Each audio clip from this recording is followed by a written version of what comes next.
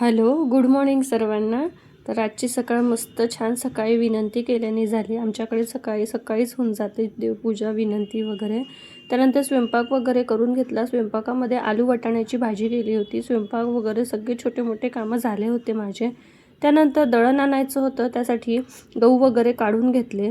आदल्या दिवशी मार्केट होता. मार्केटच्या दिवशी पूर्ण मार्केट आणला, पण त्या दिवशी संध्याकाळला खूप उशीर झाला होता.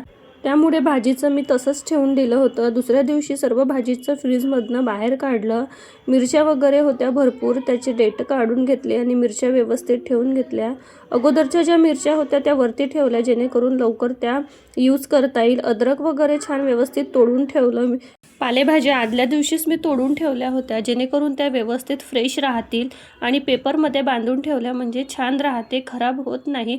सर्व भाजीचं असंच मी व्यवस्थित काढून ठेवलं आणि सर्व व्यवस्थित फ्रीजमध्ये ऑर्गनाईज करून ठेवलं, जेणेकरून लवकर दिसेल पण आणि व्यवस्थित ठेवता पण येईल. त्यानंतर सांबार वगैरे भरपूर आणला होता, तो पण सांबार व्यवस्थित निवडून तोडून ठेवला आणि पाल्याचा कांदा, लसण वगैरे हे पण व्यवस्थित कापून मी व्यवस्थित डब्यात ठेवला, जेणेकरून पुष्कळ दिवस तो टिकेल आणि छान फ्रेश पण राहतील. त्यात मिरच्या आणि लसणाचा पाला मिक्स करून पेस्ट करून ठेवली.